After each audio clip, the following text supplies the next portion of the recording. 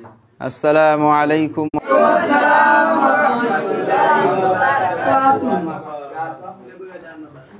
আলহামদুলিল্লাহি রাব্বিল আলামিন ওয়াসসালাতু ওয়াসসালামু আলা সাইয়্যিদিল মুরসালিন ওয়া আলা আলিহি ওয়া আসহাবিহি আজমাইন, আম্মা বা'দ।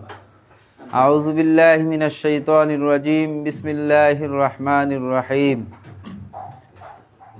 ইন্না আ'তাইনাকাল কাউসার ফাসাল্লি লিরাব্বিকা ওয়ানহার ইন্না শানিয়াকা হুয়াল আবতার।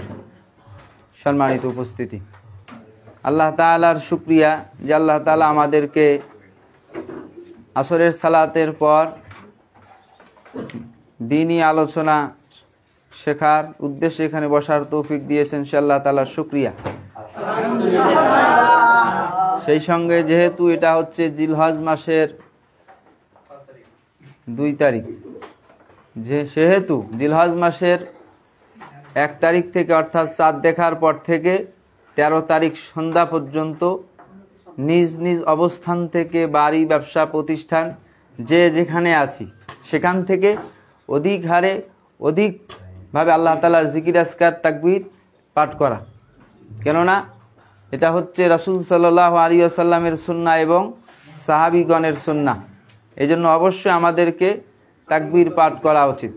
তারই ধারাবাহিকতায় আমরা একবার সকলে পড়ি, আল্লাহু আকবার, আল্লাহু আকবার, লা ইলাহা ইল্লাল্লাহ, আল্লাহু আকবার, আল্লাহু আকবার, ওয়ালিল্লাহিল হামদ, আল্লাহু আকবার, আল্লাহু আকবার, আল্লাহু আকবার, লা ইলাহা ইল্লাল্লাহ, আল্লাহু আকবার, আল্লাহু আকবার, আল্লাহু আকবার, ওয়ালিল্লাহিল হামদ।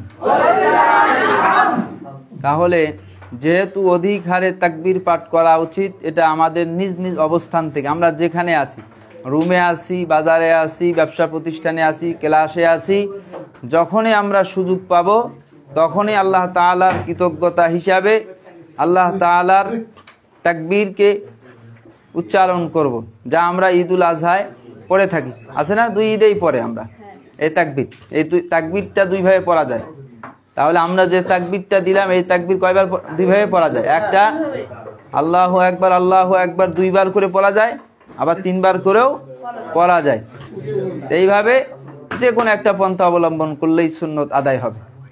তাহলে আমি আপনাদের সামনে সূরা আল কাউসার তেলাওয়াত করেছি। কাউসার এই সূরার প্রথম আয়াত থেকেই নামকরণ করা হয়েছে সূরা আল কাউসার। এই সূরায় কাউসার মানে হচ্ছে অধিক কল্যাণ, প্রাচুর্য, এক কথা অধিক কল্যাণময়, যা আল্লাহ তাআলা তার রাসূলকে দিয়েছিলেন অজস্র বেশি।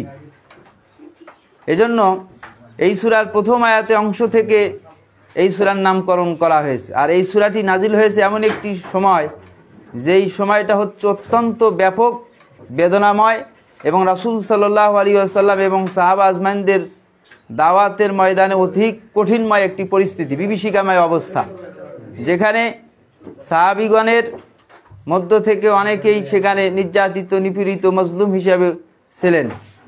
এবং সেখানে তারা এত নির্যাতিত, নিপীড়িত যে রাসূলকে নিয়েও কাফের মুশরিকরা ব্যঙ্গ বিদ্রূপ করত। যেমন আমাদের দেশে বা বিভিন্ন অমুসলিম রাষ্ট্রে বা কাফের রাষ্ট্রে, যেখানে ইউরোপীয় বিভিন্ন রাষ্ট্রগুলোতে রাসূল সাল্লাল্লাহু আলাইহি ওয়াসাল্লাম অথবা তার বংশ অথবা তার স্ত্রী, তার সন্তান বা তাকে বা শরীয়তের বিভিন্ন বিষয় নিয়ে হাসি ঠাট্টা করে না, ঠিক এরকম রাসূল সাল্লাল্লাহু আলাইহি ওয়াসাল্লাম, আল্লাহ তাআলা তাকে 3 মতান্তরে 4 জন পুত্র সন্তান দিয়েছিলেন।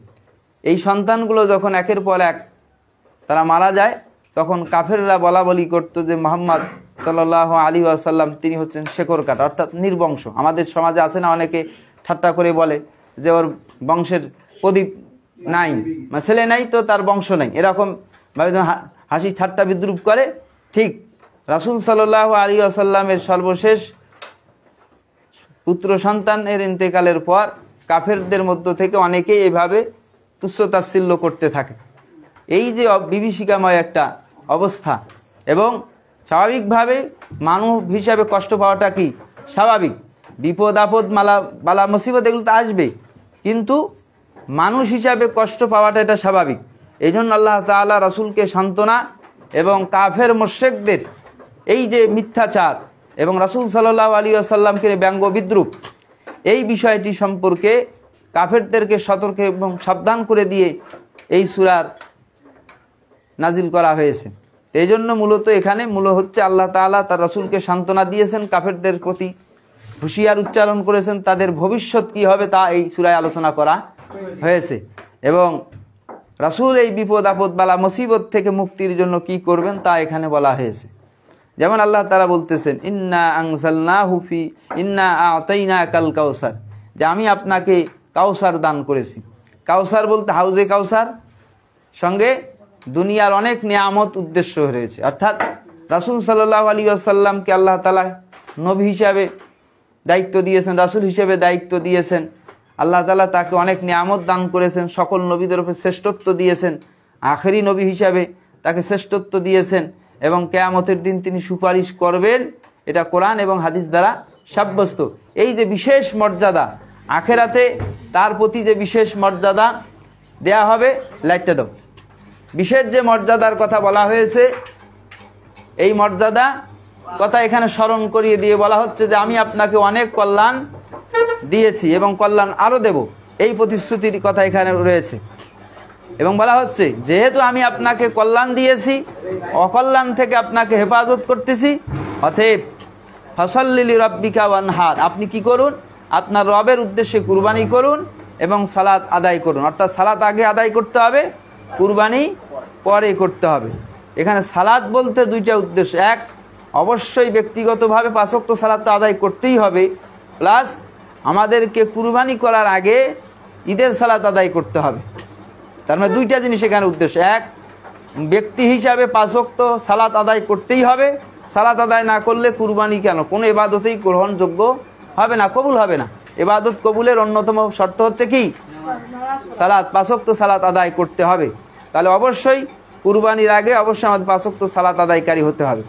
অথবা কুরবানির দিনেও আমাদেরকে অবশ্যই কি করতে হবে, ফজরের সালাত আদায় করতে হবে, প্লাস তার সঙ্গে ঈদের সালাত আদায় করার পর থেকে কুরবানি শুরু হবে। কুরবানির সময় কখন থেকে হয়, ঈদের সালাত করার পর থেকে শুরু করে 13 তারিখ অর্থাৎ ঈদের দিন পরের 3 দিন, মোট 4 দিন কুরবানি করা কি জায়েজ। আরবির 11, 12, 13, 10, 11, 12, 13 এই 4 দিন কুরবানি করা জায়েজ রয়েছে। তবে উত্তম কবে, কুরবানির দিনে ঈদের সালাত আদায়ের পরে কুরবানি করাটা হচ্ছে উত্তম।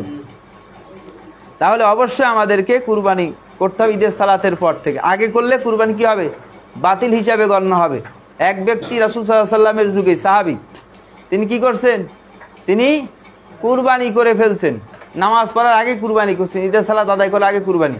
রাসূলকে যখন জানানো হলো তখন তিনি বলছেন যে হ্যাঁ তোমার জন্য এটা বিশেষভাবে ছাড় দেওয়া হলো, এরপর থেকে যদি কেউ কুরবানি করে তার কুরবানি বাতিল হবে, অবশ্যই সালাত আগে হবে তারপরে কুরবানি হবে। তার মানে ওটা ওই ব্যক্তির জন্য খাস নির্দিষ্ট ছিল, আর কারোর জন্য এখন আর বৈধ হবে না।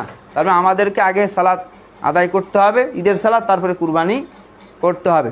এই জন্য আল্লাহ তাআলা এখানে বলছেন অতএব যেহেতু রাসূলকে আল্লাহ অনেক নিয়ামত দান করেছেন, সেহেতু অবশ্যই শুকরিয়া হিসাবে, কি হিসাবে, শুকরিয়া হিসাবে সালাত আদায় করতে হবে এবং কুরবানি করতে হবে। যেমন ইব্রাহিম আলাইহিস সালাতু ওয়াস সালাম, আল্লাহ তাআলা তাকে কি দিয়েছিলেন, একটা পুত্র সন্তান দিয়েছিলেন। 90 বছর 86 বছর বয়সে রাসূল ইব্রাহিম আলাইহিস সালাতু ওয়াস সালামকে আল্লাহ তাআলা একটা সন্তান দিয়েছিলেন, নাম কি, ইসমাঈল আলাইহিস সালাতু ওয়াস সালাম।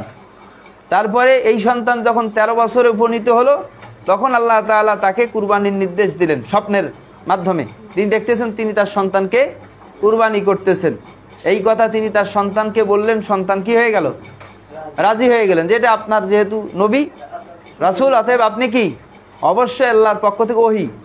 আমাদের স্বপ্ন আর নবীদের স্বপ্নের পার্থক্য হচ্ছে, নবীদের স্বপ্ন হচ্ছে ওহী, আর সাধারণ মানুষের স্বপ্ন কখনো ওহী হতে পারে না। এই জন্য নবীদের ওহীর দ্বারা বিধান সাব্যস্ত হবে, আদেশ সাব্যস্ত হবে, কিন্তু মানুষের দ্বারা সাব্যস্ত, শরীয়ত সাব্যস্ত হবে না।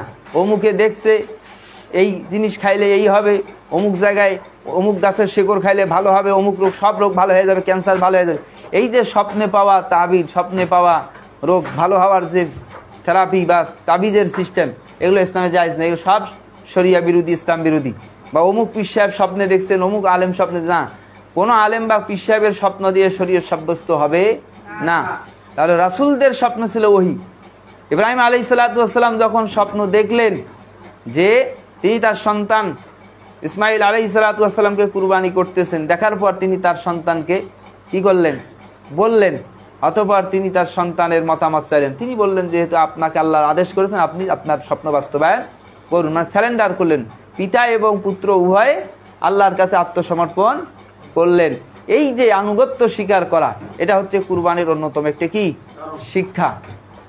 এই জন্য অবশ্যই আমাদেরকে কুরবানির ক্ষেত্রে কুরবানির শিক্ষা নিতে হবে। আমাদের দেশে কুরবানি হয় না, কিন্তু কুরবানির শিক্ষা কয়জন নেয়? কুরবানি আসে আর যায়।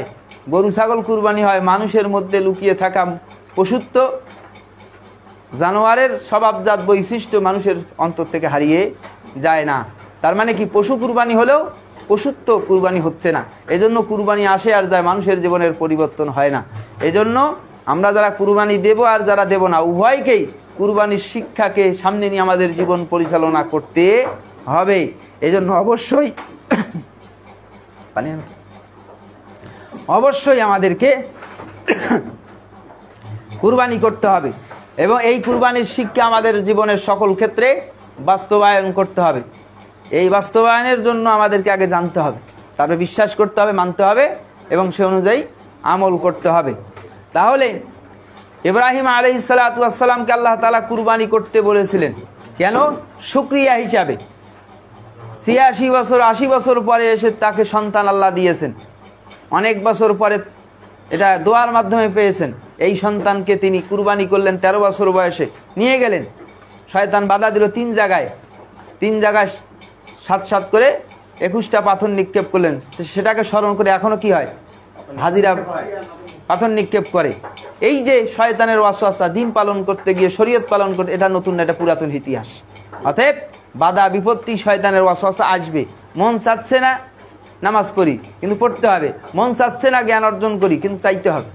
মন চাচ্ছে না ইসলামের পথে চলি, কিন্তু চলতে হবে। এটাই হচ্ছে আমাদের জিহাদ, নফসিয়াতের বিরুদ্ধে জিহাদ। এই জিহাদে যারা বিজয়ী হবে তারা দুনিয়ার শ্রেষ্ঠত্ব অর্জন করবে। আর যারা এই নফসিয়াতের খায়েশ, শয়তানের ওয়াসওয়াসায় বিজয়ী হতে পারবে না, সেখানে অবশ্যই সে জাগতিক যত বিজয়ী হোক তার ফলাফল জিরো হবে। অবশ্যই আমাদেরকে শরীয়তকে ক্লাসেন, এজন্য অবশ্যই আমাদেরকে শরীয়ত মেনে চলতে হবে। এবং কুরবানি কখন হয়? কল্যাণের জন্য হয় এবং কৃতজ্ঞতা প্রকাশের জন্য, প্রশংসার জন্য, এবং কি আল্লাহ তাআলার নৈকট্য লাভের জন্য অর্জন করতে হয়, কুরবানি করতে হয়। যেমন ইব্রাহিম আলাইহিস সালাম ২০০ বছর বেঁচেছিলেন। কত বছর? ২০০ বছর বেঁচেছিলেন তিনি। তারপরে কিছুদিন পরে গিয়ে ইব্রাহিম আলাইহিস সালামের সন্তান ইসমাইলের পরে জন্ম নিয়েছেন কে? ইসহাক আলাইহিস সালাম।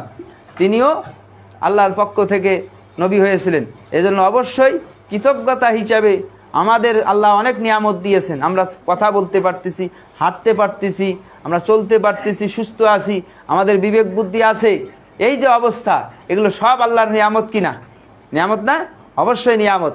এই নিয়ামতের শুকরিয়া আদায় করা উচিত। কেননা নবীরা নিয়ামতের শুকরিয়া আদায় করেছেন, আমাদেরকে আদায় করতে হবে। আল্লাহ বলেছেন, তোমরা যদি আমার শুকরিয়া আদায় করো তাহলে আমি তোমাদের নিয়ামত বাড়িয়ে দেবো, আর যদি অকৃতজ্ঞ হও তাহলে আমি তোমাদের নিয়ামত কমিয়ে দেবো। এজন্য সময়, সুযোগ এবং বিভিন্ন যে নিয়ামত, এই সমস্ত নিয়ামতের শুকরিয়া আদায় করা উচিত। তা না হলে আল্লাহ নিয়ামত শুধু কমায় দিবেন না, বরং ধ্বংস করে দেন। আল্লাহ তাআলা অনেক জাতিকে ধ্বংস করছেন। কেন?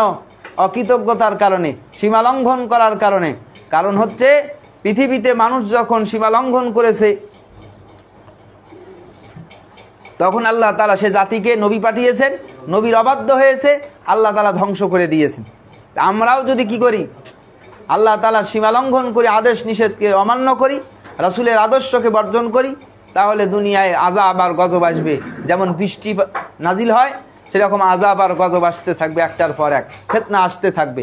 এজন্য অবশ্যই আমাদের আল্লাহ যে সুযোগ দিয়েছেন, নিয়ামত দিয়েছেন, সমস্ত সুযোগের এবং নিয়ামতের শুকরিয়া হিসাবে সালাত এবং কুরবানি করতে হবে। এবং আল্লাহ তাআলা বলতেছেন ইন্না শানিয়াকা হুয়াল আবতার। আর আপনার যারা বিরোধিতা করতেছে রাসূলকে আল্লাহ তাআলা বলতেছেন, যারা আপনাকে বলতেছে নির্বংশ, ওরাই আসলে লেজ কাটা, ওরাই নির্বংশ হবে। আজ দুনিয়ায় আবু জেহেলের বংশ কয়ে কেউ আছে? আবু জেহেলের বংশ বলে যে আমি আবু জেহেলের সন্তান, আমার পূর্বপুরুষ আবু জেহেলের উত্তরসূরি, উতবা, শাইবা, মুগিরা, কাফের মুশরিকদের অনুসারী তারা বলে না। আল্লাহ ওদেরকেই নির্বংশ করছে যাদের সন্তান ছিল, কিন্তু যারা রাসূলের আদর্শ মানে নাই, বিরুদ্ধাচরণ করেছে, তাদেরকে আল্লাহ তাআলা নির্বংশ করেছেন, তাদেরই লেজ কেটে দিয়েছেন। তাদের এখন নাম পর্যন্ত কেউ সন্তানের নাম রাখে না, নিজের নাম রাখে না। কেন রাখে না? জানে এগুলোর মাধ্যমে আল্লাহর গজব আর আযাব আসবে, অতএব তারা নিকৃষ্ট, আল্লাহদ্রোহী। এজন্য আল্লাহ তাআলা তাদেরকে নাম নিশানাহীন, অস্তিত্বহীন করে দিয়েছেন। এজন্য মনে রাখতে হবে, শক্তি, সামর্থ্য, অর্থ, সম্পদ এগুলো কখনো সত্যের মানদণ্ড নয়। কোরআন আর সুন্নাহ যা আছে, কোরআন সুন্নায় যা বলা হয়েছে এটাই হচ্ছে হক, এটাই হচ্ছে প্রকৃত সত্য, এটাই গ্রহণ করতে হবে জীবনের সকল ক্ষেত্রে। এজন্য আমাদেরকে অবশ্যই কোরআন এবং সুন্নাহর সকল ক্ষেত্রেই ইসলামী আদর্শকে মেনে চলতে হবে, তা না হলে আমাদের উপরে আযাব এবং গজব নাজিল হবে। তাহলে সম্মানিত উপস্থিতি, তাহলে কুরবানি হয়, কুরবানি হবে, আমরাও কুরবানি দিব, আপনারাও কুরবানি দেবেন আজ আর কাল। কিন্তু বিষয় হচ্ছে যারা কুরবানি দিবে আর যারা দিবে না, উভয়কেই কুরবানির শিক্ষা গ্রহণ করতে হবে। কিন্তু আমরা কি সকলে কুরবানির শিক্ষা গ্রহণ করি? যে কুরবানি দেয় সেও গ্রহণ করে না, যে কুরবানি দেয় না সেও গ্রহণ করে না। কেন? এগুলো আলোচনাই হয় না। আমাদের আলোচনা কি হয়? কুরবানি আসলে কোন গরু দিয়ে কুরবানি করা যাবে, কোন গরু দিয়ে যাবে না, তারপরে কি, তারপরে হচ্ছে গোশত ভাগ কিভাবে করতে হবে, দাড়িপাল্লা লাগবে না, হ্যাঁ মিটার লাগবে, কাকে দিতে হবে কাকে দিতে হবে না, শেয়ারে না ভাগে না একায়, মানে মাসালা, এগুলো অবশ্যই দরকার আছে। তার মানে আমি বলতেছি না এগুলোর দরকার নেই, এগুলো অবশ্যই লাগবে। এগুলো অবশ্যই কুরবানির জন্য, কবুলিয়াতের জন্য জানতে হবে শর্ত। কিন্তু মূল যে উদ্দেশ্য, সে উদ্দেশ্য জানা হচ্ছে আমাদের মুখ্য উদ্দেশ্য হওয়া উচিত। আল্লাহ কি শুধু কুরবানি দেওয়া আর গোশত খাওয়ার জন্য কুরবানি দিছে? না, পশু জবাই আর এই খাওয়া, গোশত খাওয়ার জন্য কুরবানি দেন নাই। এর মাধ্যমে একটা শিক্ষা আমাদেরকে দিতে চেয়েছেন, ওই শিক্ষা নেওয়া উচিত। কিন্তু ইতিহাসের সবচাইতে বড় শিক্ষা হচ্ছে ইতিহাস থেকে কেউ শিক্ষা নেয় না। এটাই হচ্ছে ইতিহাসের বাস্তবতা, এটাই হচ্ছে ইতিহাসের ইতিহাস। ইতিহাস থেকে কেউ শিক্ষা নেয় না।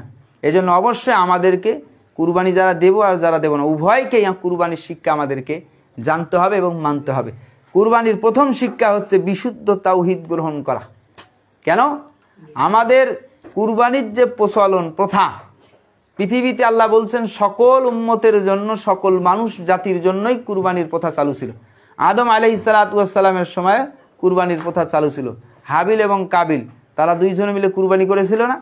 কি পদ্ধতি সেটা নিয়ে মতভেদ আছে, কিন্তু কুরবানি করেছিলেন। একজনেরটা কুরবানি কবুল হয়েছে আর একজনেরটা হয়নি। এই নিয়ে পরে ঝগড়া হয়ে একজন আরেকজনকে কি করে ফেলছে? হত্যা করে ফেলছে।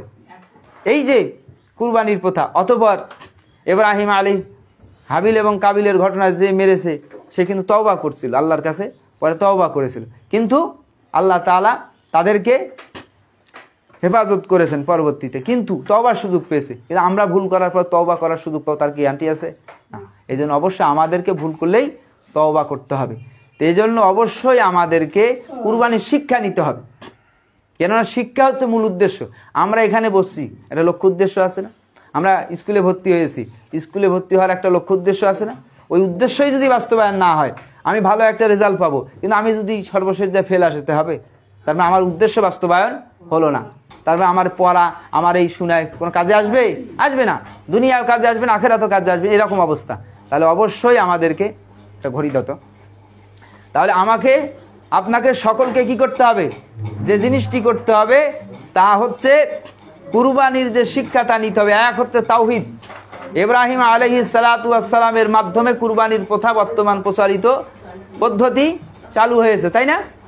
বর্তমান যে কুরবানির পদ্ধতি কোথা থেকে? ইব্রাহিম আলাইহিস সালাতু ওয়াস সালামের কাছ থেকে এসেছে।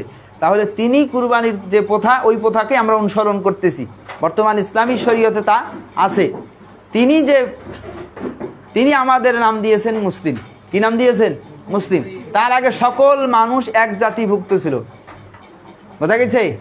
আদম আলাইহিসসালাতু ওয়াসসালাম থেকে নূহ আলাইহিসসালাতু ওয়াসসালামের জাতি পর্যন্ত সকল জাতি, সকল মানুষ এক জাতিভুক্ত ছিল, সবাই মুসলমান ছিল। অতঃপর নূহ আলাইহিসসালাতু ওয়াসসালামের সময় এসে কি হলো? মানুষ শিরিক করলো। নূহ আলাইহিসসালাতু ওয়াসসালামের জাতি সর্বপ্রথম শিরিক করছে। অতঃপর নূহ আলাইহিসসালাতু ওয়াসসালাম 950 বছর দাওয়াত দিয়ে হাতে গোনা কিছু মানুষ ইসলাম গ্রহণ করছে। ওই যারা শিরিক করছে তাদের ইসলামের দিকে ফিরে আসছে। অতঃপর আল্লাহ তাআলা কাফের মুশরিকদের সব ধ্বংস করে দিয়েছে। এজন্য তাকে বলা হয় কি? দ্বিতীয় আদম। কাকে বলা হয়? নূহ আলাইহিসসালাতু ওয়াসসালামকে। অতঃপর আবার তার মাধ্যমে পৃথিবীতে বংশ বিস্তার হয়েছে। ইব্রাহিম আলাইহিসসালাতু ওয়াসসালামের সময় এসে আবার মানুষ যখন শিরিক আর কুফরিতে নিমজ্জিত হলো, তার জাতি শিরিক করলো, তখন আল্লাহ তাআলা তাকে নবী রাসূল হিসাবে মনোনীত করলেন। তিনি দাওয়াত দিলেন, কিন্তু মানুষ দাওয়াত গ্রহণ করতে চায় না। কিছু মানুষ গ্রহণ করলো, কেউ গ্রহণ করলো না। তখন তিনি কাফের এবং মুশরিকদের থেকে নিজেকে আলাদা করার জন্য তিনি কি করলেন?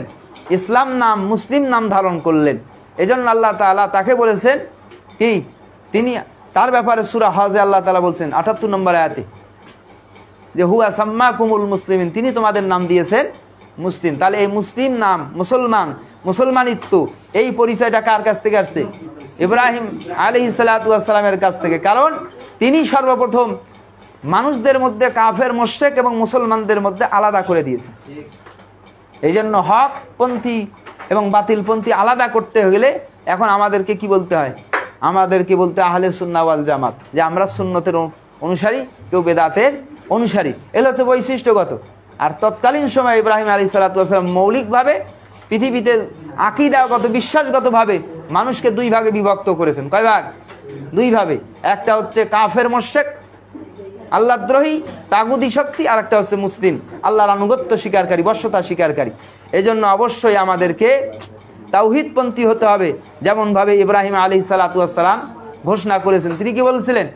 ইন্নী ওয়াজ্জাহতু ওয়াজহিয়া লিল্লাযী ফাতারাস সামাওয়াতি ওয়াল আরদা হানিফা ওয়া মা আনা মিনাল মুশরিকিন, যে আমি সব দিক থেকে মুখ ফিরালাম মানুষের তৈরি করা দেবতা থেকে, মানুষের তৈরি করা মতবাদ থেকে, সেই আল্লাহর দিকে যিনি আসমান আর জমিন সৃষ্টি করেছেন। তাহলে আমাদেরকেও সকল মানব রচিত মতবাদ, সকল চিন্তা চেতনা থেকে, মানুষের তৈরি করা দেবদেবী থেকে, মানুষের সমস্ত তৈরি করা ধর্মতন্ত্র থেকে মুখ ফিরিয়ে কোন দিকে আসতে হবে? ইসলামের দিকে। যে ইসলাম ইব্রাহিম আলাইহিসসালাতু ওয়াসসালামের মাধ্যমে আমরা প্রথম যে যাত্রা, নামকরণ শুরু হয়েছে সেখান থেকে। তার আগে সবাই কি? মানুষ হিসাবে এক আল্লাহর ইবাদত করত। বোঝা গিয়েছে? তাহলে অবশ্যই আমাদেরকে তাওহীদবাদী হতে হবে। এটা কিসের শিক্ষা?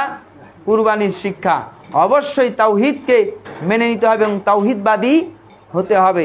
তাওহীদ ত্যাগ করে কোন ইবাদত করলে গ্রহণযোগ্য হবে না। কেন? কারণ তাওহীদ যার নাই, ঈমান যার নাই, তার কোনো কিছুই নাই। আল্লাহ রাসূল সাল্লাল্লাহু আলাইহি সাল্লামকে বলেছেন, হে নবী, আপনি যদি শিরিক করেন, কুফরি করেন, আপনার সমস্ত আমল বাতিল। রাসূলকে যদি হুঁশিয়ার উচ্চারণ করে, তাহলে আমাদের কি অবস্থা? আমরা শিরিক করে কি জান্নাত যাব নাকি? কোশ্চিনকালেও সুযোগ নাই। এই জন্য অবশ্যই শিরিক এবং কুফরি মুক্ত তাওহীদপন্থী হতে হবে। তাহলেই আমাদেরকে আল্লাহ তাআলা তাওহীদের ভিত্তিতে সকল ইবাদত গ্রহণ করবেন। যেমন আল্লাহ তাআলা আমাদেরকে বলতেছেন, মুহাম্মদ সাল্লাল্লাহু আলাইহি ওয়াসাল্লামকে বলতেছেন, কুল, হে নবী আপনি বলুন, কুল ইন্না সলাতি ওয়া নুসুকি ওয়া মাহইয়ায়া ওয়া মামাতি লিল্লাহি রাব্বিল আলামিন। হে নবী আপনি বলুন, আমার সালাত, আমার কুরবানি, আমার ইবাদত, আমার হায়াত, আমার মৃত্যু সব কার জন্য?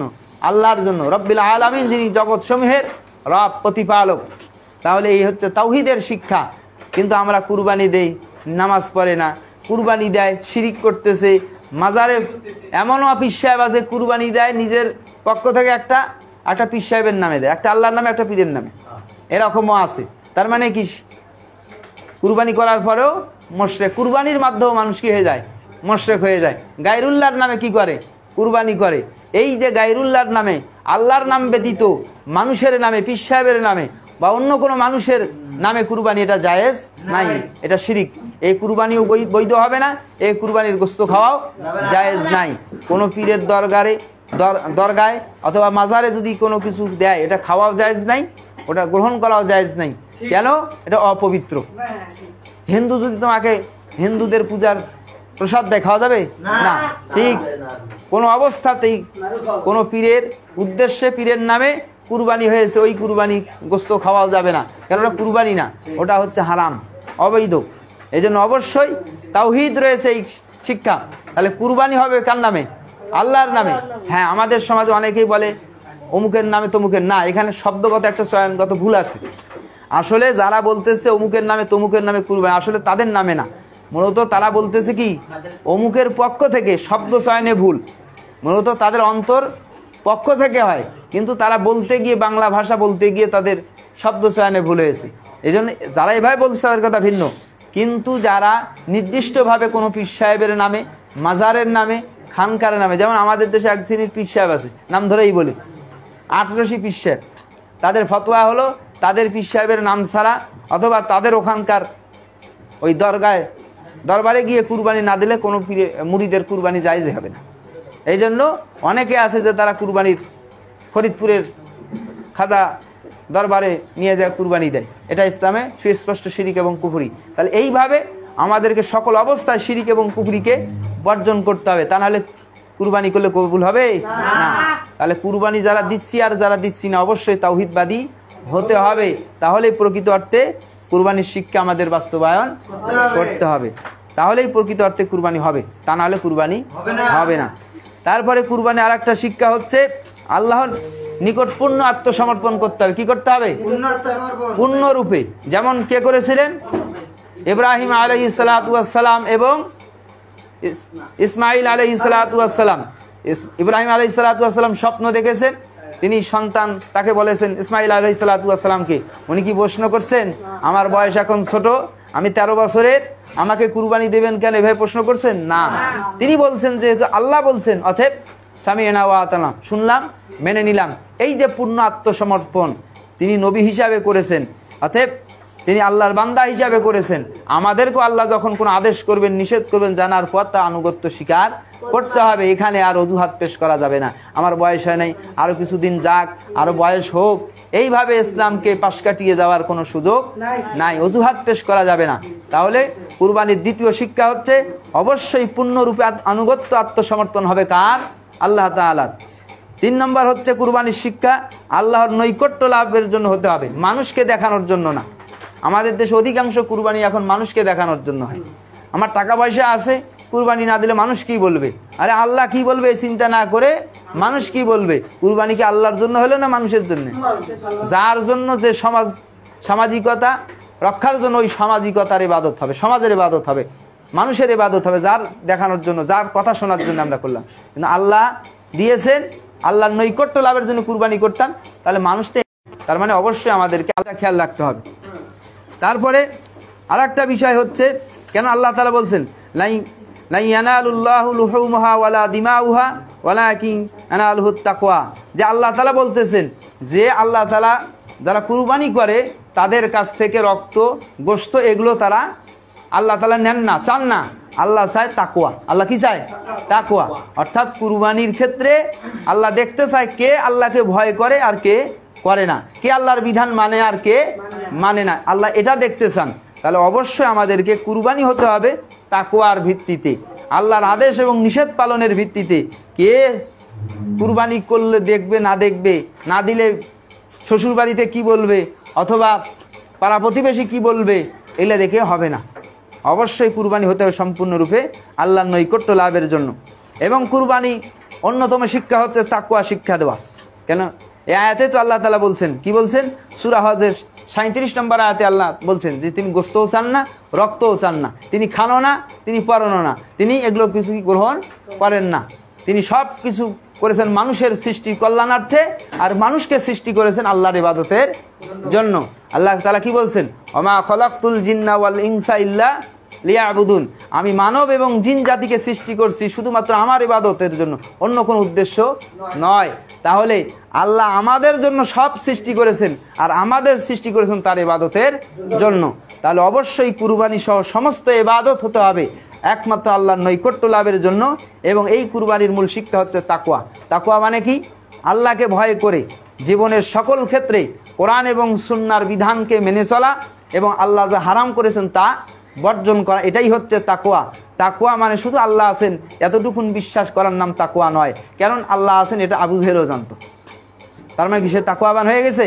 না, তাকওয়া মানেই হচ্ছে আল্লাহকে হাজির নাজির জেনে সমস্ত অপরাধ খারাপ কাজকে বর্জন করা, হারামকে বর্জন করা, ইসলামকে গ্রহণ করা, কোরআন সুন্নাহকে মেনে চলা, হারামকে সকল অবস্থা থেকে বর্জন করে আদেশগুলোকে গ্রহণ করা, এটাই হচ্ছে কুরবানির অন্যতম শিক্ষা। সূরা মায়েদার 27 নম্বর আয়াতে আল্লাহ তাআলা বলেছেন। এবং কুরবানির আরেকটা শিক্ষা হচ্ছে সুন্নাহ ভিত্তিক জীবন গঠন করা। কি ভিত্তিক জীবন গঠন করা? সুন্নতের ভিত্তিতে জীবন গঠন করতে হবে আমাদেরকে। কেন? সুন্নত ছাড়া কুরবানি হবে? এখন কুরবানি আমরা করব, এখন নিজের মন মতন একটা গরু ছাগল নিয়ে এসে কুরবানি দিলে হবে? না। আমার যে কোনো সময় কুরবানি দিলে হবে? না। এক্ষেত্রে আল্লাহ বলেছেন কুরবানি কর, ফাসাল্লি লিরাব্বিকা ওয়ানহার। কিন্তু কুরবানি করতে হবে কিভাবে? রাসূল যেভাবে বলেছেন ওইভাবে। ঈদের নামাজের আগে কুরবানি করলে কুরবানি হবে না। কেন? কুরবানির সময় ওঠা না, রাসূল ওই সময় কুরবানি নিষেধ করেছেন। তার মানে অবশ্যই কুরবানি রাসূলের পন্থা অনুযায়ী করতে হবে। রাসূলের সুন্নতের বাইরে যেমন কুরবানি করলে যেমন হবে না, ঠিক অনুরূপভাবে জীবনের সকল ক্ষেত্রে এই পানি পান করতে গেলে কয়টা বিধান লাগে? 7টা থেকে 8টা বিধান লাগে শুধু পানি পান করতে, সুন্নত লাগে। তাহলে আর বাকি ক্ষেত্রে লাগে না? ব্যবসার ক্ষেত্রে, চাকরির ক্ষেত্রে, পড়াশোনার ক্ষেত্রে, আমার কৃষিকাজের ক্ষেত্রে, আমার পরিবারের ক্ষেত্রে, রাষ্ট্রের ক্ষেত্রে, অর্থনীতির ক্ষেত্রে, পররাষ্ট্রনীতির ক্ষেত্রে, স্বরাষ্ট্রনীতির ক্ষেত্রে ইসলাম নাই, কোরআন সুন্নাহ নাই, আছে। ওগুলো মানবে কি?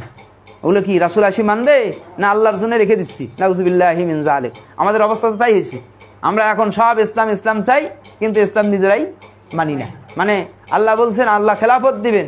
আল্লাহ কি দিবে? খেলাফত দিবেন।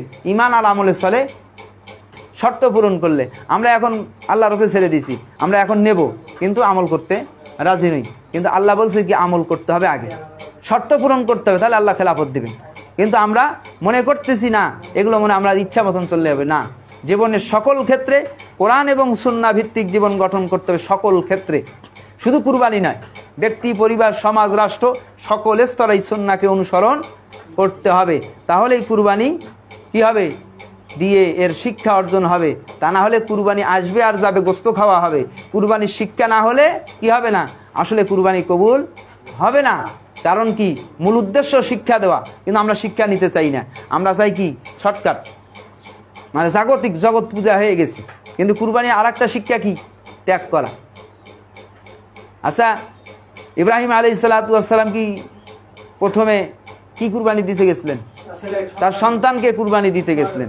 আমরা তো গরু ছাগল কুরবানি দেই।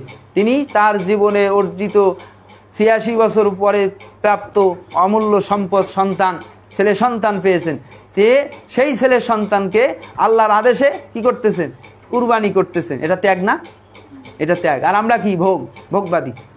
উনি করেছেন ত্যাগ, আল্লাহর নৈকট্য লাভের জন্য নিজের সন্তানকে উৎসর্গ করেছেন।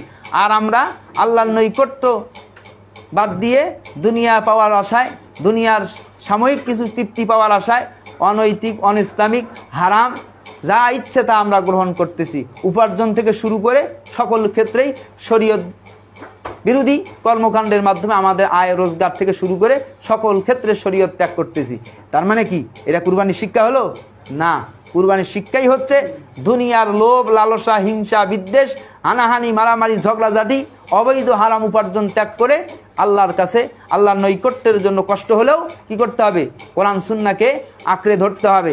এটাই হচ্ছে মূলত কুরবানির অন্যতম শিক্ষা। ত্যাগের শিক্ষা ইসলাম দিয়েছেন। আমরা ত্যাগ করতে নয়, আমরা ভোগবাদী। আমাদেরকে কি শিখানো হচ্ছে? ভোগবাদী। বর্তমান অর্থ ব্যবস্থা হলো পুঁজিবাদী। কি বাদী? পুঁজিবাদী। পুঁজিবাদী অর্থ ব্যবস্থার মূল মন্ত্রই হচ্ছে খাও দাও, ফুর্তি করো, দুনিয়াটা মস্ত বড়, আজ আছি তো কাল নেই, অতএব খেয়ে দিয়ে যা হয় এটাই আমাদের। এটা হচ্ছে পুঁজিবাদী অর্থনীতির কথা। হালাল হারামের কোনো বিধান নেই। এটা ভোগবাদীদের কথা। এটা দিয়ে ইসলাম চলবে না, এটা দিয়ে মানবিকতা আসবে না। এজন্য অবশ্যই নৈতিকতার শিক্ষা অর্জন করতে গেলে অবশ্যই আমাদেরকে কি করতে হবে? ত্যাগের মানসিকতা আনতে হবে। ইসলামের জন্য, কোরআন সুন্নাহর জন্য যে কোনো স্বার্থ আমাদেরকে ত্যাগ করতে হবে। অথবা আমাদেরকে সন্তানদেরকে আল্লাহর আনুগত্য শিক্ষা দিতে হবে। কি করতে হবে? সন্তানদেরকে, আজ আপনারা যারা বিয়ে করেন নাই, বিয়ে তো আজ না হয় কাল হবে, সন্তান হবে, সেই সন্তানদেরকে কি করতে হবে? আদর্শবান বানাইতে হবে। নিজেদেরকে আগে আদর্শবান বানান, তারপরে সন্তান সন্ততি তাদেরকে আদর্শবান বানাইতে হবে। কেননা ইব্রাহিম আলাইহিস সালাতু ওয়াস সালাম যখন বলেছিলেন, এ বৎস আমি স্বপ্নে দেখেছি তোমাকে কুরবানি করতেছি, তখন ইব্রাহিম আলাইহিস সালাতু ওয়াস সালামের সন্তান ইসমাইল আলাইহিস সালাতু ওয়াস সালাম কি বলছিলেন? কোন বিরোধিতা করছিলেন না? কেন? ওটা ছিল আদর্শ পরিবার, ওটা আদর্শ সন্তান গঠন করেছিলেন। এজন্য আদর্শ সন্তান গঠন না করার কারণেই আমাদের সমাজে এখনকার ভোগবাদী সমাজ ব্যবস্থায় সন্তানের জন্য হাজার টাকা খরচ করেছে, যা চাইছে সব দিয়েছে, মাস্টার ডিগ্রি ডক্টরের ডিগ্রি করে নিয়ে এসে বিদেশে গিয়েছে, সর্বশেষ লাশ দেখারও সময় নাই, বৃদ্ধাশ্রম ছাড়া উপায় নাই।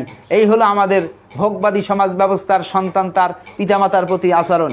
আর ইব্রাহিম আলাইহিস সালাতু ওয়াস সালাম তিনি যখনই বলেছেন আমি দেখেছি স্বপ্নে, তিনি বলেছেন আপনি স্বপ্ন বাস্তবায়ন করুন। তার আদর্শ সন্তান গঠন করেছিলেন। তাহলে আমাদেরকে নিজেদেরকে আদর্শবান হতে হবে, আমাদের পরবর্তী প্রজন্মকে আদর্শবান বানাতে হবে। এটা হচ্ছে কুরবানির অন্যতম শিক্ষা।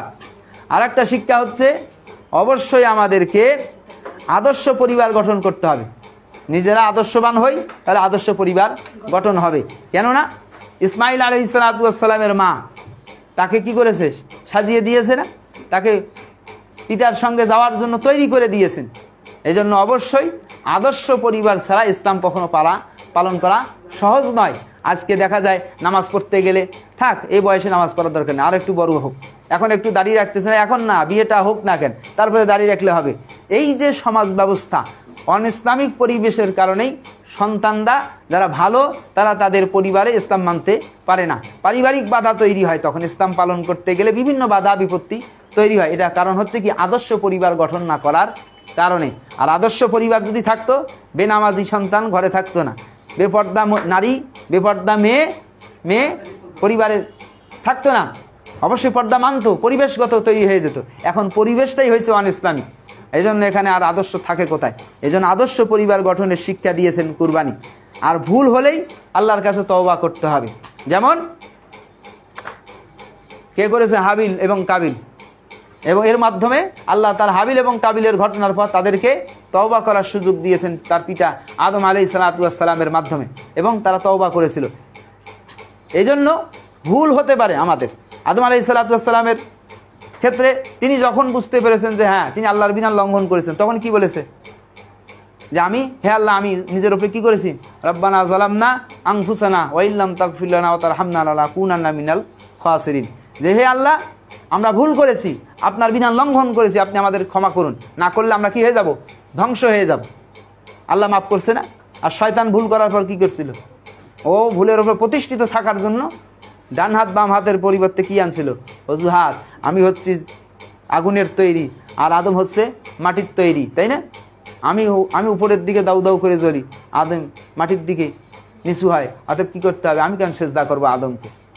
আর ফেরেশতারা কি করছিল? সেজদা করে নাই? হ্যাঁ, তার মানে কি? তওবা করাটা হচ্ছে আদম আলাইহিস সালাতু ওয়াস সালামের বৈশিষ্ট্য, মুমিন মুসলিমের বৈশিষ্ট্য। আর শয়তানের বৈশিষ্ট্য হচ্ছে ভুল করার পর ভুল স্বীকারও করবে না, তওবাও করবে না, বরং তারা সীমা লঙ্ঘনকারী হবে। তাদের জন্য কঠিন আযাব এবং গজব অপেক্ষা করতেছে। এজন্য অবশ্যই আমাদেরকে ভুল হলেই তওবা করতে হবে। হাবিল এবং কাবিলের ওই কুরবানি থেকে যখনই হয়েছে, তখনই তারা তওবার সুযোগ পেয়েছে। আমাদেরকেও সেই সুযোগ নিতে হবে বেঁচে থাকতে। মরার পর তওবা করবে না, তখন গিয়ে আল্লাহ বলতে হবে, আল্লাহ আমরা যা হয়েছে হয়েছে, এখন আর না, আমাদেরকে আর একবার দুনিয়ায় পাঠান, আমরা এবার নামাজ 5 ওয়াক্ত ঠিকভাবেই পড়বো, ইসলাম ঠিকভাবে। আল্লাহ কবি এখন আর হবে না। অতএব মরার আগে তওবা করতে হবে, মরার পরে তওবা করলেও কাজ হবে না। এজন্য ভুল হওয়া মাত্রই তওবা করতে হবে, ভুল স্বীকৃতি দিতে হবে। এটা কুরবানির অন্যতম শিক্ষা। মৃত্যুর ভয়ে আসার পরেও দাওয়াত বন্ধ করা যাবে না, হক কথা বলা বন্ধ করা যাবে না। ওই যে হাবিল এবং কাবিলের ঘটনায় আসে, যখন হত্যা করতে চাওয়া হয়েছে, কাবিল কি বলেছে? কি বলছে? আপনি আমাকে হত্যা করবেন, আল্লাহ তাআলা তো কুরবানি কবুলকারী, তিনি মুত্তাকিদের কুরবানি কি করেন? কবুল করেন। কি করে বুঝাচ্ছেন? এ ভাই, তুমি আমাকে হত্যা করবে, আসল কারণ কি? কুরবানি কবুল হয়নি, এইটাই তো। আমি তো কুরবানি কবুলকারী নই, মুলকে আল্লাহ তাআলা কবুলকারী, অতএব আমাকে হত্যা করে কোনো লাভ হবে না, ওই আল্লাহর নৈকট্য লাভ অর্জনের চেষ্টা করতে হবে। তার মানে মৃত্যু জানতেছে, তার ভাই তাকে হত্যা করার জন্য চেষ্টা করতেছে, তখনও তিনি হকের দাওয়াত দেওয়া বন্ধ করেন নাই। আর আমরা কি দুনিয়ার স্বার্থে, অর্থের মোহে নিজেরাই ইসলাম ত্যাগ করতেছি, আর মানুষকে কি হকের দাওয়াত দেব? এই হলো আমাদের বাস্তবতা। তাহলে অবশ্যই আমাদেরকে মৃত্যুর দুয়ারে দাঁড়িয়ে থেকেও হক কথা বলতে হবে। যত বড় শত্রু হোক, যত বড় ক্ষমতাশালী হোক, যত বড় প্রতাপশালী হোক, হককে হক বলতে হবে, মিথ্যাকে মিথ্যা বলতে হবে। এটাই হচ্ছে কুরবানির অন্যতম শিক্ষা। সুখে দুঃখে আনন্দে সকল অবস্থায় সকলের সঙ্গে মিলেমিশে থাকতে হবে। কুরবানির গোশত কি শুধু নিজে খাই? না, আল্লাহ কি বলছেন? তোমরা নিজেরা খাও, আত্মীয় স্বজনকে প্রতিবেশীকে খাওয়াও, অভাবী যারা আছে, ফকির আছে, মিসকিন আছে, তাদেরকেও খাওয়াও। তার মানে এর মাধ্যমে আনন্দ শুধু নিজেদের মধ্যে করলে হবে না, আনন্দ প্রতিবেশী, আত্মীয় স্বজন, ফকির, মিসকিন, নিজেকে সকলে মিলেমিশে দুঃখকে ভাগাভাগি করো। এমনও আছে, মানুষ আছে যারা এই কুরবানিতে গোশত খায়, পরের কুরবানিতে খায়, এমন লোক আছে না? আছে। তাদেরকে দেখে ডেকে গোশত বেশি দিতে হবে, পরে যেন নিজের ভাগ থেকে তাদেরকে কুরবানি দেওয়ার ব্যবস্থা করতে হবে। কেন? কারণ এরকম মানুষকে বেশি করে দেওয়া উচিত। কেন? তারা পায় না। যাদের সামর্থ্য আছে তারা কিনতে পারে, গরুর গোশত, খাসির গোশত কিনতেও পাওয়া যায়। যাদের সামর্থ্য তারা কিনে খায়। কুরবানি দিয়েছি আল্লাহর নৈকট্য লাভের জন্য। যারা কিনতে পারে না তাদেরকে বেশি করে দেওয়া উচিত, যাতে করে ওরা থুয়ে থুয়ে শুকে খেতে পারে, অথবা অন্যভাবে সংরক্ষণ করে খাইতে পারে। এর মাধ্যমে আমাদেরকে শিক্ষা দেওয়া হচ্ছে, সুখে দুঃখে বালা মুসিবতে আমাদেরকে মানুষের পাশে দাঁড়াতে হবে, মানবতার কল্যাণে কাজ করতে। ইসলামের চাইতে বড় মানবতা আছে নাকি? আর আমাদের দেশে যারা এখন মানবতার ফেরিওয়ালা, তারা হাজার হাজার মানুষ হত্যা করে এসে বলতেছে আমরা মানবতাবাদী। হ্যাঁ, সিরিয়ায় হাজার হাজার মানুষ মারতেছে, তারপরে গাজায় হাজার হাজার মানুষ মেরে তারা আমাদেরকে মানবতার সবক দেয়। এটা হচ্ছে শয়তানের মুখে কিসের কথা? হক কথা। শয়তানের মুখে হক কথার মতো। শয়তান তো নিজেই শয়তানের হয়ে বসে আছে, ও নিজে মানবতা বিরোধী, ও আমাদেরকে মানবতার সবক শুনে। এই হলো শরীয়ত মানতে গেলে তখন মানবতা বিরোধী হয়। এই হলো আমাদের বাস্তবতা। কারণ হচ্ছে ওরা হচ্ছে কাফের এবং মুশরিক, ওদের কাছে হক বলতে কিছুই নাই। ওরা হচ্ছে নিজের মন পূজা, আত্মপূজা। ওদের কাছে যা সঠিক মনে হয় তাই করে, নিজের স্বার্থ রক্ষার্থে ওরা যা ইচ্ছা তাই করতে পারে। কিন্তু আমাদেরকে তা করা যাবে না। আমাদেরকে শরীয়ত মেনে চলতে হবে, এবং আমাদেরকে অবশ্যই আর একটা, তা হচ্ছে হালাল পথে অর্থ উপার্জন করতে হবে। কুরবানি যে হারাম পথে অর্থ উপার্জন করে হবে? কুরবানি যদি হারাম উপার্জন দ্বারা অর্জিত সম্পদ দ্বারা কুরবানি করে, কুরবানি হবে? হবে না। কারণ আল্লাহ নিজে পবিত্র, তিনি অপবিত্র গ্রহণ করেন না। তাহলে কুরবানির ক্ষেত্রে যদি হালাল লাগে, আর বাকি জীবনে কি হালাল লাগবে না? আবু জেহেলের মতন লোক কাবাঘর নির্মাণের ক্ষেত্রে, কাফের মুশরিকরা কাবাঘর নির্মাণ করবে, নিজেরা জানে অবৈধ অর্থ সম্পদ উপার্জনকারী, তাই তারা নিজেদের অবৈধ অর্থ সম্পদ থেকে তারা কাবাঘর নির্মাণের কাজে ব্যয় করেন। তারা কাবাঘর নির্মাণ করতে গিয়ে অর্থের সংকটের অভাবে তারা কিছু অংশকে বাদ দিয়ে রাখছিল। কিসের কারণে? অর্থ উপার্জনে হালালিয়াতের যে অংশ তারা পাইত, ওই অংশ দ্বারা তারা কি করছে? আল্লাহর ঘর নির্মাণে ব্যয় করছে। আর আমাদের এখন কি অবস্থা? আমাদের হালাল হারাম কি? আমাদের সবে এখন হারাম। যে যত বড় ক্ষমতাশালী সে তত বড় দুর্নীতিবাজ, যে যত বড় আমলা, তারা এখন হয়ে গেছে কি কামলা থেকে রাজা হয়ে আছে। ওরা এখন দেন আমাদের সচিবালয় ঘেরাও করতেছে, কি সংস্কার করতে দেওয়া যাবে না। কেন? সংস্কার করলে চুরি ডাকাতি বন্ধ হবে, চুরি দুর্নীতি হলেই সরকার বলছে বরখাস্ত করা হবে। এখন ওরা আন্দোলনে নামছে। আচ্ছা, সরকার বলছে দুর্নীতি যে করবে তাকে সরকার চাকরিচ্যুত করবে। আচ্ছা, এরা আন্দোলন করে কি করবে? কারণ ওরা চুরি করে, বোঝা গেল। ওরা যে চোর, ওরা নিজেরা আন্দোলন করে প্রমাণ করছে যে ওরা নিজেরাই চোর। তাহলে উচিত ছিল এদেরকে ত্যাগ করা, এদেরকে সরকারের উচিত এদেরকে ধরে ধরে কি চাকরিচ্যুত করা, কেন এরা তো স্বঘোষিত দুর্নীতিবাজ। তাহলে এ হলো আমাদের অবস্থা। যে যত ক্ষেত্রে দুর্নীতিগ্রস্ত আমাদের সমাজে, সে তত প্রভাবশালী ক্ষমতাশালী। আর এরাই বেশি বেশি কি করে? কুরবানি করে, আর মনে করে যে ওরা ওদের কুরবানি আল্লাহ মানে কবুল করে বসে আছে। না, হারাম উপার্জন দিয়ে অর্থ উপার্জন করে ওই কুরবানি করলে কুরবানি কবুল হবে না। আল্লাহ নিজে পবিত্র, তিনি পবিত্র ছাড়া গ্রহণ করেন না। অতএব হারাম উপার্জন পরিত্যাগ করতে হবে, হালাল উপার্জন করতে হবে। এটা হচ্ছে কুরবানির অন্যতম শিক্ষা। হারামকে বর্জন করতে হবে। সামাজিক এবং রাষ্ট্রীয় ঐক্য প্রতিষ্ঠা করতে হবে। সামাজিক এবং রাষ্ট্রীয় ঐক্য প্রতিষ্ঠা করতে হবে। কেন? কুরবানির সাথে হজের সম্পর্ক। হজের সম্পর্ক না? হজের শিক্ষা কি? আন্তর্জাতিকভাবে সকল মুসলিম এক, সব মুসলমান আমরা এক। আফ্রিকার মুসলমান, বাংলাদেশের মুসলমান, ভারতের মুসলমান, তাজিকিস্তানের মুসলমান, ওই দক্ষিণ মেরু আর উত্তর মেরুর সব মুসলমান মিলে কি আমরা এক, সব মিলে এক জাতিভুক্ত, সে জাতির নাম কি? মুসলিম। এই মুসলিমিয়াতের ভিত্তিতে এক জাতিভুক্ত সকলকে আমরা সমানভাবে দেখব, ঠিক আছে? এই কে আমার দলের, কে আমার দলের না, কে আমার মতের, কে আমার মতের লাইন, তা দেখার টাইম আমাদের কাছে নেই। আমরা দেখব সে মুসলিম কিনা, ভুল করলেও মুসলিম। কেন? ভুল তো আমারও আছে, আমার নেই? আমরা কি সবাই একেবারে দুধে ধোয়া? আমাদের কোনো ভুল নাই? আমাদেরও ভুল আছে, সকলের ভুল থাকতে পারে। ভুলকে আমরা ভুল বলবো, কিন্তু তাকে মুসলমান হিসেবে মনে করে ভুল শুধরানোর চেষ্টা করতে হবে। কাউকে একেবারে কাফের ঘোষণা দিয়ে একেবারে ইসলামিয়াত থেকে নষ্ট করে বাতিল করার প্রয়োজন নাই। এজন্য অবশ্যই সকলকে নিয়ে আমাদের চলতে হবে। ইসলামী ভ্রাতৃত্ব, ঐক্য, সকলকে ইসলাম শিক্ষা দিয়েছে কুরবানির মাধ্যমে। আর কুরবানি পারিবারিক, সামাজিক এবং জাতীয় এবং আন্তর্জাতিক ঐক্য শিক্ষার অন্যতম একটা মাধ্যম। কেন? রাসূল সাল্লাল্লাহু আলাইহি ওয়াসাল্লাম বলেছেন, তোমাদের শাসক যেদিন কুরবানি করবে তোমরা সেদিন কি করবা? কুরবানি করবা। তার মানে কি? রাষ্ট্রীয়ভাবে ঐক্যবদ্ধতা মুসলমানদের অন্যতম শর্ত। ঐক্য মানে কি? এখন আসেন আমার কাছে, আমার পীর সাহেবের মুরিদ হন, আমার মুরিদ হন, আমার দলের সদস্য হন, এগুলো ঐক্যের ফল নাকি?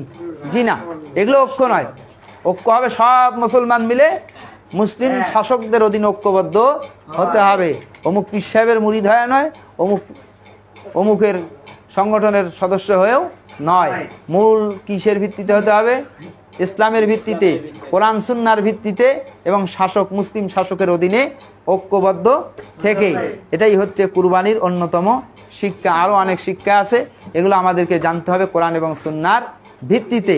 এজন্য আমাদের সকলের উচিত কোরআন সুন্নাহকে জানা, বোঝা, আমল করা, প্রচার করা। নিরপেক্ষ মন মগজ নিয়ে কোরআন হাদিস পড়তে হবে। আগে ভুল একটা জেনে, ভুল একটা বুঝে, সেই ভুলের উপরে প্রতিষ্ঠিত থেকে ভুল আঁকড়ায় ধরে কোশ্চিনকালেও হেদায়েত পাওয়া যাবে না। কেন? আমি এখন ভুল দিয়ে যদি সত্য যাচাই করা শুরু করতে হবে না। এজন্য আমাদেরকে কোরআন সুন্নাহর বিশুদ্ধতার ভিত্তিতে জানতে হবে। বিশুদ্ধ এলেম লাগবে, বিশুদ্ধ আকীদা লাগবে, বিশুদ্ধ পদ্ধতি লাগবে, বিশুদ্ধ নিয়ত লাগবে, বিশুদ্ধভাবে আল্লাহর আনুগত্য স্বীকার করতে হবে এবং মানুষকে দাওয়াত দিতে হবে সকল মানুষের কল্যাণার্থে। আল্লাহ তাআলা আমাদেরকে কোরআন এবং সুন্নাহর ভিত্তিতে কুরবানির শিক্ষাকে জীবনের সকল ক্ষেত্রেই মেনে চলার তৌফিক দান করুন। এই দোয়া এবং দাওয়া রেখেই আজকের আলোচনা এখানে শেষ করতেছি। আসসালামু আলাইকুম ওয়া রাহমাতুল্লাহি ওয়া বারাকাতুহু।